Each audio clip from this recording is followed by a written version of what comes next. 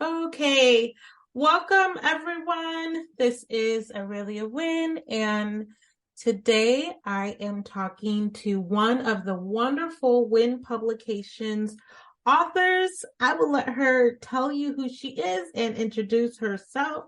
If you don't mind introducing yourself to our readers out there. Sure thing. Hello, hello, hello. My name is Candace Diane Morris. Candace Morris for short, of course. I'm so excited for this opportunity. I am originally from Tylertown, Mississippi, and I am 34 years old. I'm a first-time author, and I'm also an educator.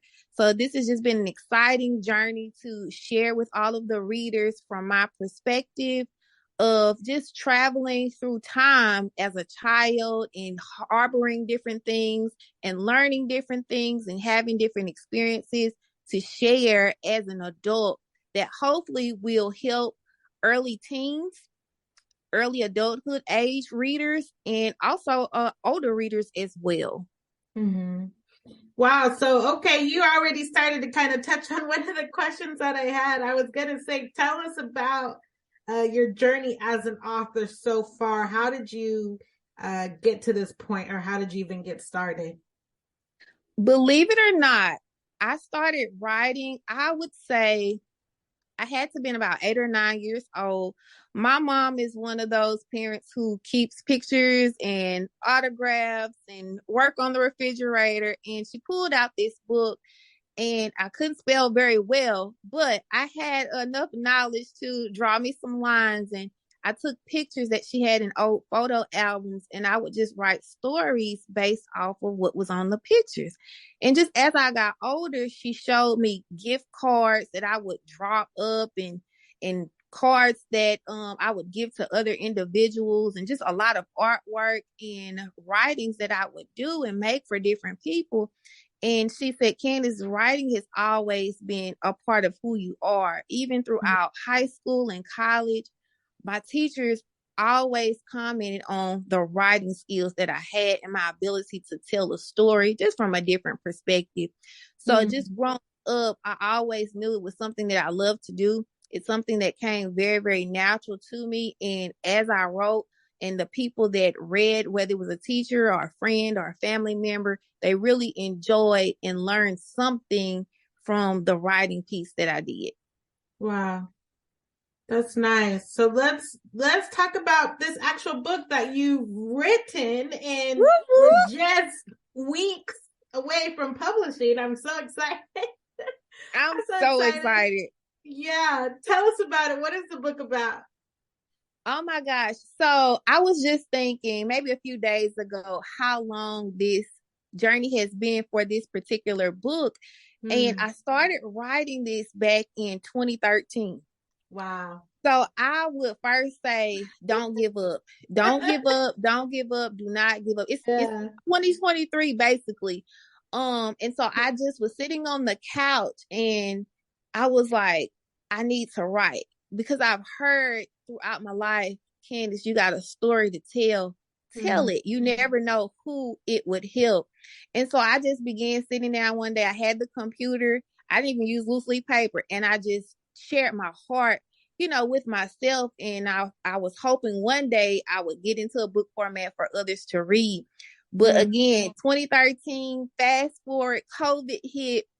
Yeah. And the book wasn't finished. And I said, you know what? They shut the schools down. And so we didn't have as many opportunities to go inside of the building. We did a lot of Zooming, and, for the educators that hear that, and those of you who were, in the midst of the pandemic, it just affected everybody in a different way. So I had more time to really think about life, think about my story, think about things that I wanted to do and I hadn't done, and why hadn't I done it with everything that was happening. I lost a grandmother during the pandemic. So it really hit me that time is precious. People say time is short. Time is what you make of it. And so I was determined to use the time that I had, especially not working, to finish what I started and finish what God placed on the inside of me to share with others. And so that's what I did. I went through the journey of finishing this book. I'm super excited. I'm proud. I have so many family members that when I gave them little bits and pieces of the journey, they were excited because they knew when I share my story, it is going to help a lot of people because they were right there with me in the midst of a lot of things that I talk about in the book. Divorced parents, being unemployed with a college degree, trying to learn myself as a Christian and walk this walk, even though I had challenges through society and just upbringing. So it was just different mental barriers that we all go through throughout life, and just putting all of that into words so that it will one day help someone navigate life in a different space. I just knew I had to get it finished. And so fast forward to now, super excited. God just knows how to place the right people in your life at the right time.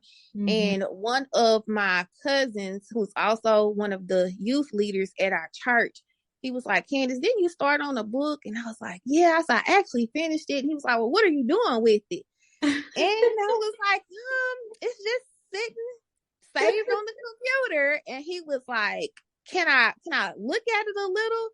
And so I said, sure. And so I emailed it to him. He read it and he was like, I am a man in my late 30s and this blessed me. This helped me, just as a young man, being okay with, I went through some trials, I went through some challenges, and you can change your situation. You don't have to stay in the things that you're in. And it doesn't take a lot of money to do it. It just takes a change in your mindset, being around people that will support you, and being open to the fact that it may not be people that you expect to support you and that can hold you accountable and have access to the resources that you need to bring about the change that you want to see in your own life. So he's really been a pusher. Shout out to Zachary Fortenberry. I mean, he's been my cheerleader, and I just thank God for just the connection and him seeing the dream and the vision in me and pushing me and holding me accountable to bring that to life. So here we are. I'm super excited. I do truly believe that this will definitely spark conversations about the things that we're experiencing in today's society. I love that the millennials are a challenging generation, and they call it Gen Z. It's like we don't accept what's presented. So it's now like, okay, we're not going to accept what's presented. How do we change it? How do we bring about the change in ourselves and the change that, in our everyday lives that we truly want to see and that we know can actually take place? So, no, wow. All of that is good. I hope if you are listening to this right now, if you are not taking notes, look, I'm supposed to be asking questions, but I got my notebook out right here taking notes, honey, as if I haven't read it. But no, I'm loving this. I'm loving the conversation. And I think, like I was saying, if you're listening, if you're really tuned in and listening, not only do I hope you're taking notes, but this is a preview of what you're gonna get from this book. What's the title? We just kind of started just jumping into it. What's the title of the book? The title of the book is I Am All In. Am is present. You want to be in the present version of yourself and your experience every day. I am all in. So what would you say, if you can give us in a nutshell, what's the overall message?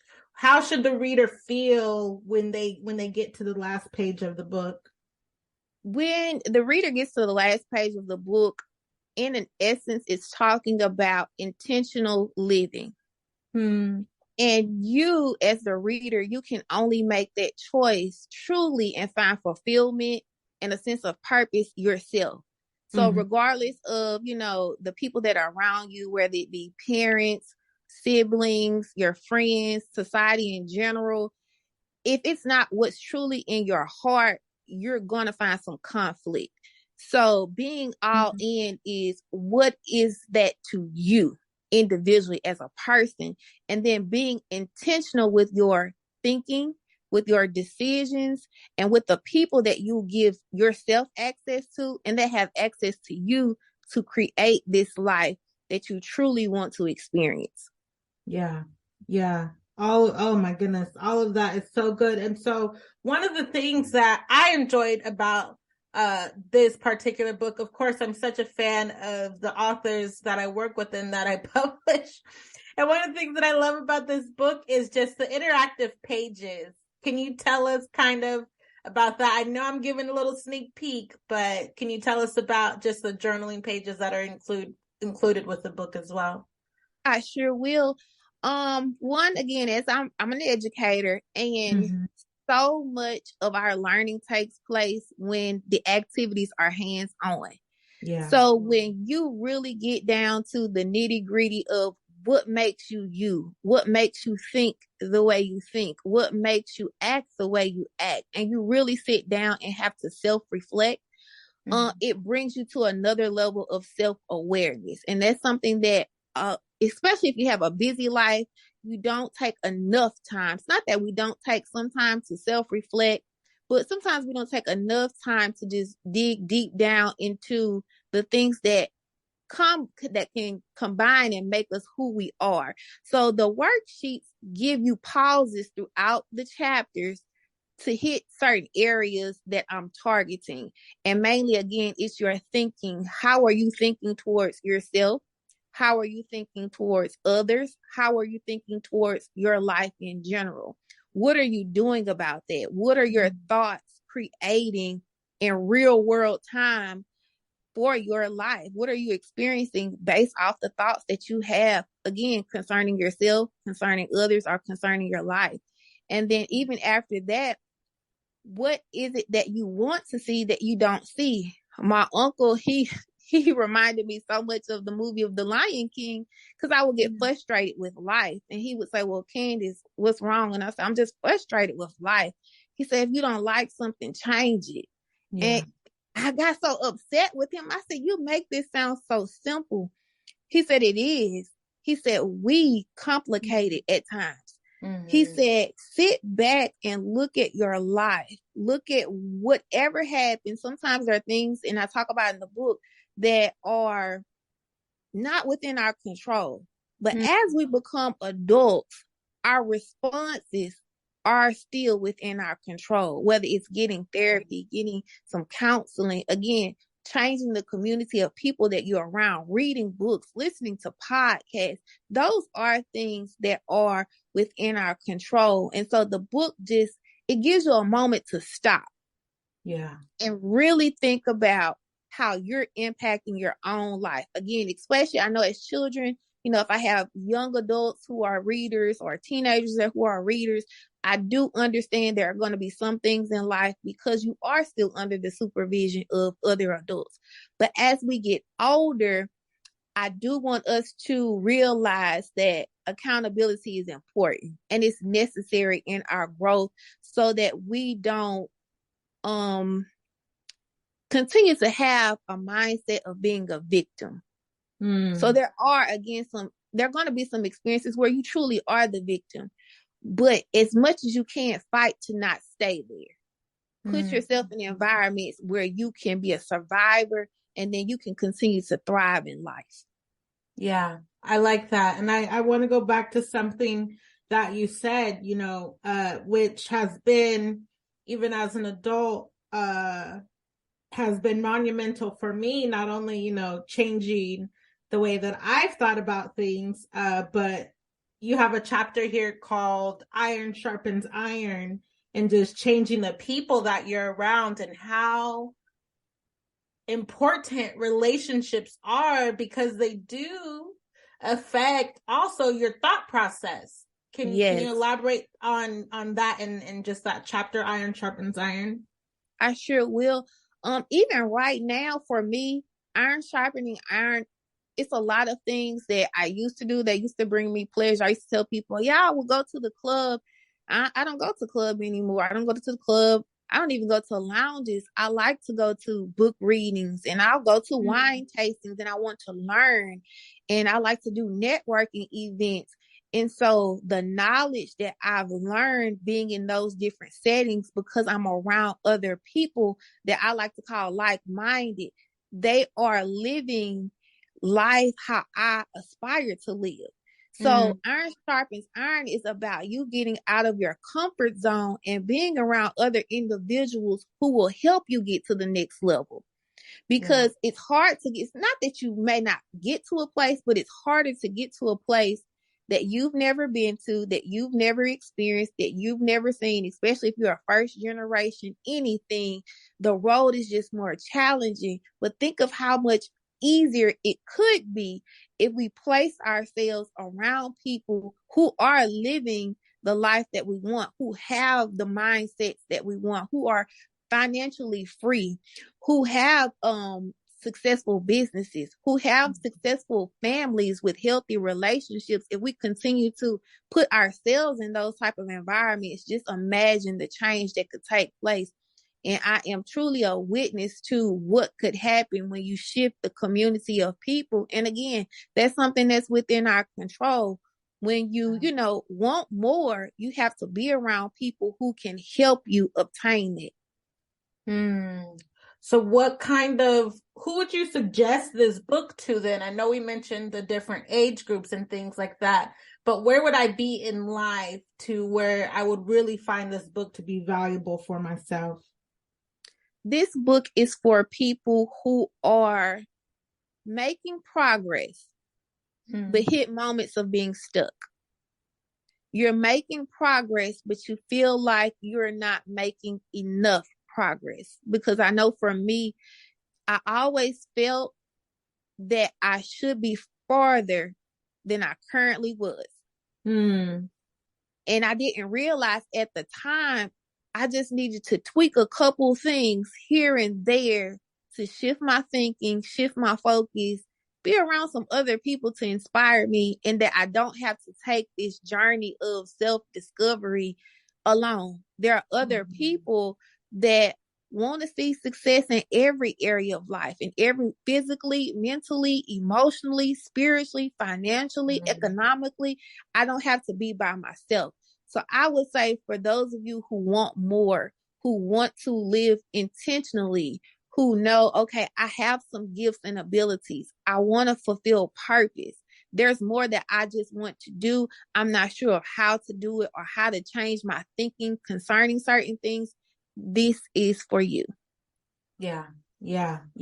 That's wonderful. We can wrap it up right there, but I will give you a minute if you have anything else that you would like to share before we jump off. I would say one more thing. For those of you who are going to read this book, after you've read it, if you feel encouraged about anything in it, encourage someone else to get the book, not for me, but for your community. Again, if I can't stress anything, community is important, and having like-minded people around you is important as well. There are going to be people that are going to pour into you along this journey, and there are going to be times where you need to pour into others. And I know for me, I love to pour into my friends. I love to pour into my family. So the people that are core to you, again, if there's anything that resonates with you in this book, share the information, start a book club, work the activities, ask them to be your accountability partner. Just figure out a way they can partake in this journey with you. So again, you're not doing this by yourself. You're all in, and you're going to live an intentional life. And you're going to have those things that you truly desire, things that bring you joy, things that bring you peace, things that bring you true happiness and fulfillment for the rest of your life. So this is an ongoing process. You will never arrive. You will never arrive. But each and every day, we should seek to be the best version of ourselves for that day, for that season, and keep growing and keep learning and keep helping others.